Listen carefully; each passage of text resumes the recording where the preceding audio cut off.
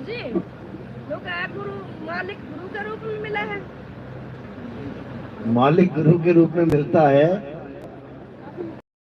पर कौन से गुरु के रूप में मिलता है ये समझना है। ये बोला है कि मालिक जो है गुरु के ही रूप में मिलेगा। देखो समझ लो, गुरु का रूप यहाँ एक थोड़ी नहीं है कि तुम्हें जो दिखाई दे रहा वो गुरु का रूप है। बुल्ले शाह कहते हैं मौला आदमी बन आया, मौला ही आदमी बन के आया है, वही ज्ञान दे रहा है। उसी को हम शब्द गुरु कहते हैं, ज्ञान गुरु कहते हैं।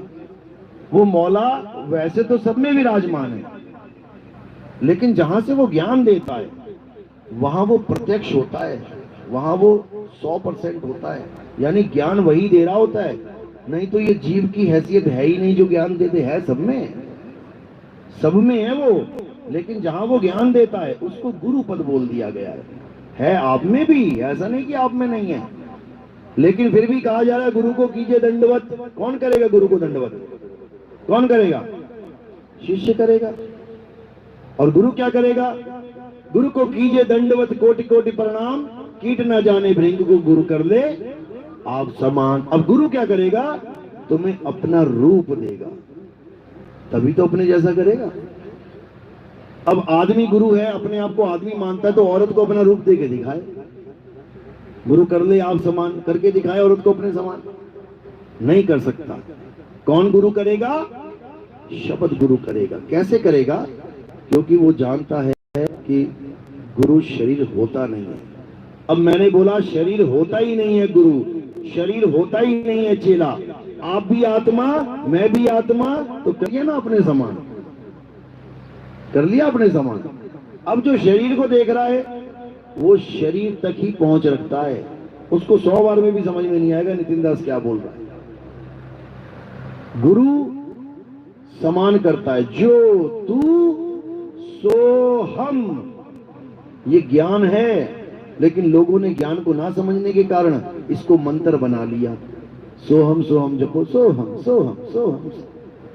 इसको जपना नहीं है, इसको समझना है। ये आदि नाम है, ये अवस्था का ज्ञान है, इसीलिए सोहम सत्य कबीर भी बोला जाता है इसको। अब इसको मंत्र बना लिया लोगों ने। क्या मंत्र देना है?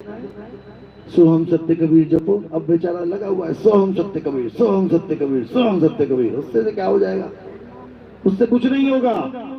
उस अवस्था को जानो, जो तू सो हम, तू भी आत्मा मैं भी आत्मा। अब करना क्या है? आत्मा को खोजना है। आत्मा को ही कबीर कहते हैं। कक्का केवल नाम है, बब्बा ब्रह्म शरीर, रारा सब में रम रहा, हवा को नाम कबीर। ये आत्म राम सब में रम रहा है। उसी आत्म राम का जब नानक साहब ने दर्शन किया, कहते झांकी देख कबीर की, नानक कीती वाह, और वाह सिखन के गल पड़ी, अब कौन छुड़ावे ताह। कहते झांकी देख कबीर की, यानी जब नानक साहब को आत्म ज्ञान हुआ। अभी पूछो किसी को, आत्मा का नाम सुना है ना सबने? पता है ना आत्मा क्या होती है? अपनी अपनी आत्मा लेके आए हो आप यहाँ सत्संग में? सब लेके आए हो? किसी की ट्रंक में छूट तो नहीं गई? किसी ने पर्स में रखी हो, पर्स भूल गया हो? सब लेके आए हो ना? लेकिन अभी पूछा जाए कि आत्मा क्या है, कैसी है, कभी जाना है? कभी देखा है? बस पैर से लेके सिर तक ही जाना है, सिर तक ही देखा है। इसी को अपना रूप मान के सेवा करी है, लेकिन आत्मा को कभी नहीं जान पाए। इसीलिए साहिब ने बोला, कबीर आत्म ज्ञान का पड़ा नगर में शोर, और पूछो कैसी आत्मा, तो देते दांत निपोर। हंस के बता देंगे। अभी महाराज जी हंस रहे थे जब मैंने कहा आत्मा लेके आए हो ना, हंसने लग गए। क्योंकि आत्मा के बारे में किसी को पता नहीं, बस हंसी निकलेगी एक बार। अरे सुना तो है यार, आत्मा है भी पास में, लेकिन पता ही कैसी है। इसी को बताना है, इसी को समझा। संतों का काम ही आत्म ज्ञान देना है, मंत्र ज्ञान थोड़ी नहीं। मंत्र ज्ञान तो तुम संतों दे दो, अलग अलग भाषाओं में। कितनी भाषा लेके बैठे हो तुम लोग, मुझे ना पता होंगे इतने मंत्र जितने तुम लोग रटते हो अलग अलग भाषाओं में। तो यहाँ संत मंत्र देने नहीं आते, मंत्र छुड़वाने आते हैं। सोई गुरु पूरा कहावे, जो दो अक्षर का भेद बतावे, एक छुड़ावे एक लखावे, तब प्राणी निज घर को जावे। संत तो मंत्र छुड़वाने आते हैं। छोड़, ये क्या बकवास कर रहा, क्या जप रहा है, छोड़ इसको। अब करें क्या? आत्मा को जान। हे अर्जुन, जो लोग अपनी आत्मा में रमण करते हैं, जो अपनी आत्मा में तृप्त हैं, जो अपनी आत्मा में संतुष्ट हैं, संतुष्ट का मतलब पता क्या होता है? जिसको और कुछ नहीं चाहिए। जो अपनी आत्मा में संतुष्ट है, क्या उसको कृष्ण जी चाहिए? फिर तो संतुष्ट हो ही नहीं पाया वो, अगर उसको कृष्ण जी चाहिए तो। जो अपनी आत्मा में संतुष्ट है, उसे क्या कबीर साहब चाहिए? अगर कबीर साहब चाहिए तो फिर आत्मा में उसको संतुष्टि मिली नहीं। संतुष्टि का मतलब है मुझे कुछ नहीं चाहिए। तुम्हें खूब छका के भोजन करा दिया, गले तक भर लिया तुमने, अब और ले आया बंदा 2-4 किलो की रोटियां, खा ले भाई। और भाई बस अब तृप्ति हो गई है, अब एक गस्सा नहीं जाएगा अंदर, बस सेटिस्फाई, फुल हो गया काम। उसको कहते हैं आत्मा में संतुष्ट हो जाना। अब उसे कोई नहीं चाहिए। अध्याय 3 17वां श्लोक घोट के पी जाओ। अब 18वां श्लोक क्या कह रहा है कि जो अपने स्वरूप में सिद्ध हो जाते हैं, यानी जो अपने आत्म ज्ञान को प्राप्त कर लेते हैं, उनको किसी अन्य जीव पर निर्भर रहने की आवश्यकता नहीं रहती। उसको कोई हनुमान जी नहीं चाहिए, उसको कोई राम जी नहीं चाहिए, उसको कोई भोले शंकर नहीं चाहिए, उसको कोई गुरु नहीं चाहिए, उसको कोई चेला नहीं चाहिए।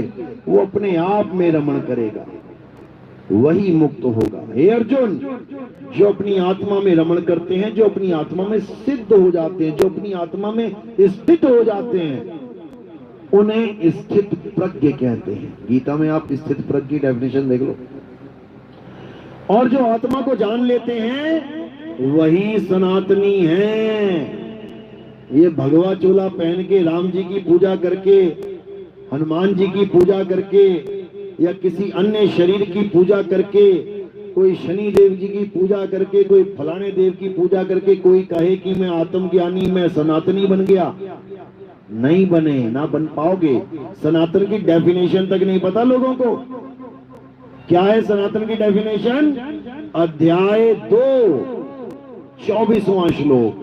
हे अर्जुन, ये आत्मा अजन्मा है, नित्य है, अचल है, स्थिर है। ये आत्मा पुरातन है, यही आत्मा सत्य सनातन है।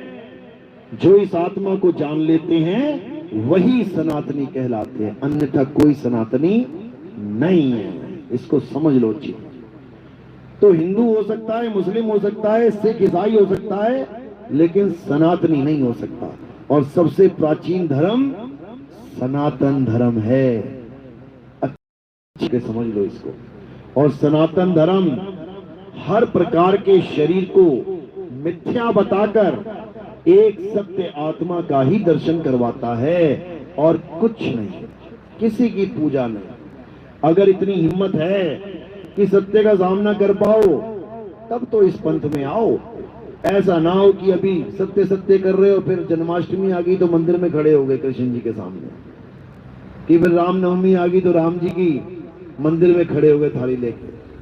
फिर शरीर मतलब शरीर है और आत्मा मतलब आत्मा है। इसी को जड़ और चेतन कहा है। जड़ चेतन का करे निबेड़ा, कहे कबीर सो हंस है मेरा। गीता यही समझाती है कि शरीरों से अलग हो जाओ। ठीक है, सम्मान करो, गुरु आए सम्मान कर रहे, क्योंकि रथ है उनका। अगर मैं गाड़ी नहीं हूं, गाड़ी मैं नहीं हूं, लेकिन फिर भी गाड़ी तो साफ करता है ना चेला। अरे गुरुजी गाड़ी साफ कर देता हूं, समझ रहे हो, क्योंकि मेरा रथ है। गाड़ी गंदी रहेगी तो चेले का भी अपमान होगा कि देखो कैसी गाड़ी में आया गुरु।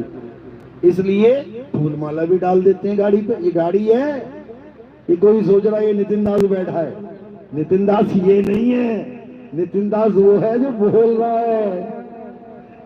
चाम के महल में बोलता राम है, तू राम और चाम को छीन भाई।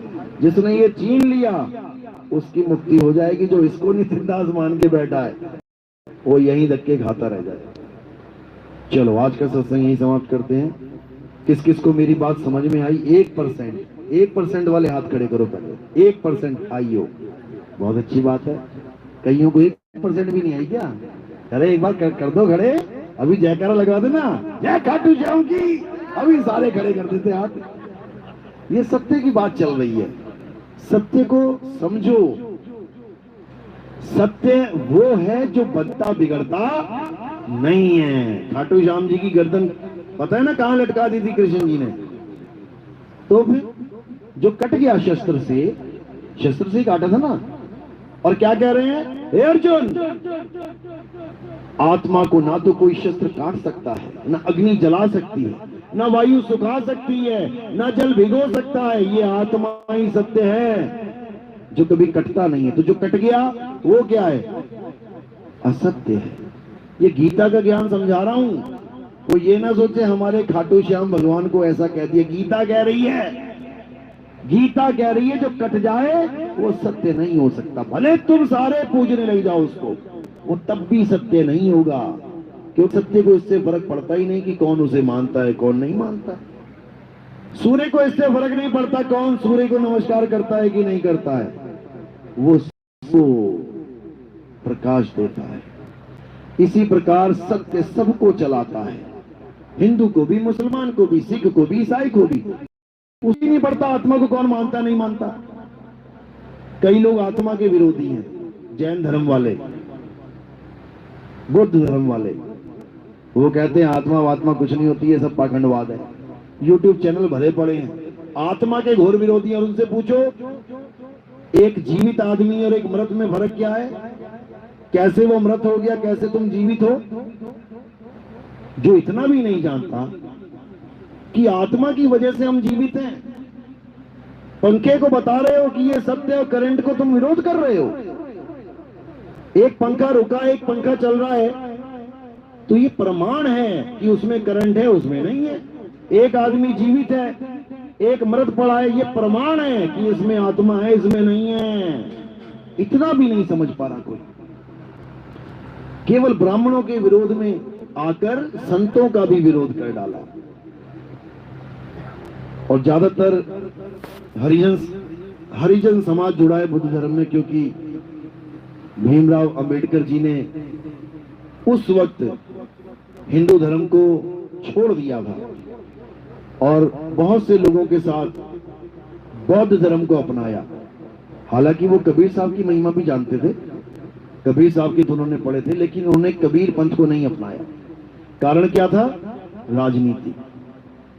कबीर पंथ अलग धर्म नहीं है, ये कहीं ना कहीं वो हिंदू धर्म से अटैच रहता है। आप कबीर पंथी भी हो जाओगे तब भी आप लिखोगे क्या? हम हिंदू धर्म के हैं। लेकिन बौद्ध धर्म का हिंदू धर्म से कोई मतलब ही नहीं है, वहां पे धर्म ही चेंज हो जाता है। तो मुसलमान धर्म तो उन्होंने वैसे ही नहीं अपनाना था, पता ही है आप लोगों को। तो उनके पास ऑप्शन और कोई नहीं थी, इसलिए उन्होंने बुद्ध धर्म को अपना लिया। लेकिन जिनकी वो बात करते थे कबीर साहब की, वो कबीर साहब ही आत्मज्ञान की बात करते हैं भाई, कबीर साहब ही आत्मा की बात करते हैं। तो तुमने कहीं ना कहीं कबीर साहब का ही विरोध कर दिया। आत्मा को ना मानकर तुम गीता का विरोध करते हो कि गीता में आत्मा आत्मा आत्मा लिखा है। आत्मा दिखाओ कहां है, कैसी है, हम शस्त्र से काट के देखेंगे घटती है कि नहीं। अरे भाई कबीर साहब भी आत्मा की बात कर रहे हैं, पलटू साहब आत्मा की बात कर रहे हैं। पलटू पूजे आत्मा और नित आए नित जाए, पाथर पूजे मूर्खा हाथ जोड़ घी आए। जो पत्थर सुन नहीं सकता, पत्थर बोल नहीं सकता, उसको तुम अपने कर्म कांड बताते हो, भगवान जी ये गलती हो गई, भगवान जी ये गलती हो गई। वो तुम्हें क्या माफ करेगा जो सुन भी नहीं सकता। तो ये सब आत्मा की बात है, सब संतों ने आत्मा का समर्थन किया है। आत्मा से ये सारा संसार है। चलो चरणामत बनाओ अब और चरणामत दो। हमारे पंथ में चरणामत दिया जाता है। चरणामत कंठी और तिलक लगाया जाता है, उसके पीछे भेद हैं, रहस्य हैं, वो समझाए जाएंगे। वैसे तो मैंने सत्संग में समझा रखा है, आप उसको देख सकते हैं। थाली ले आओ, जग ले आओ पानी का भर के, एक कटोरी में चीनी डाल के पानी से घोल के ले आओ।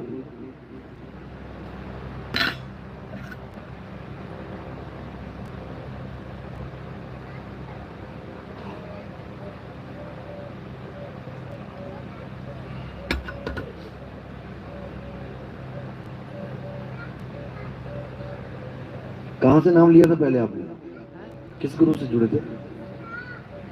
कोई गुरु जी हैं?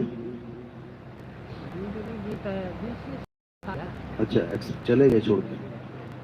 बद्रीनाथ। बद्रीनाथ मतलब कबीरपंथी थे या कोई और नाथपंथी थे? किसकी फोटो लगती थी आश्रम पे? भगवानों की, देवी देवताओं की या संतों की? आश्रम गए नहीं कभी? पहाड़ में बैठा था गुफा में। ठीक ठीक। और उस जगह नाम दे दिया, नाम का यार ना यार उसने नाम बताया था। क्या नाम बताया था? उसने बता दिया था भाई ओम नमः शिवाय। ओम नमः शिवाय। चलो अच्छी बात है, कुछ नहीं से कुछ बोला, कम से कम नमः शिवाय किया। भोंडड़ा मात पाड़ की रात राम का के मिला, भोंडड़ा मात पाड़ की रात राम लाऊंगा। कोई अच्छा मला अल्लाह रखा हर और लाज। अभी सत्संग हमारे यूट्यूब पे सुनते हो? कैसे सुना सत्संग? हमारे सत्संग कहाँ सुनते हैं? मोबाइल में या वैसे आज पहली बार आए हो? पहली बार आए हो तो पहली बार में क्या समझ में आ गया जो नाम लेने बैठ गए? फिर वही हो जाएगा, एक गुफा में था उससे ले लिया, फिर एक पंडाल में था उससे ले लिया। ना ज्ञान समझ में आ रहा है? क्या बताया गया? वो जिसका एक का कर लिया है, अगर नाम देनिया तो घना मिल जाएगा। ज्ञान समझ के लेना चाहिए नाम।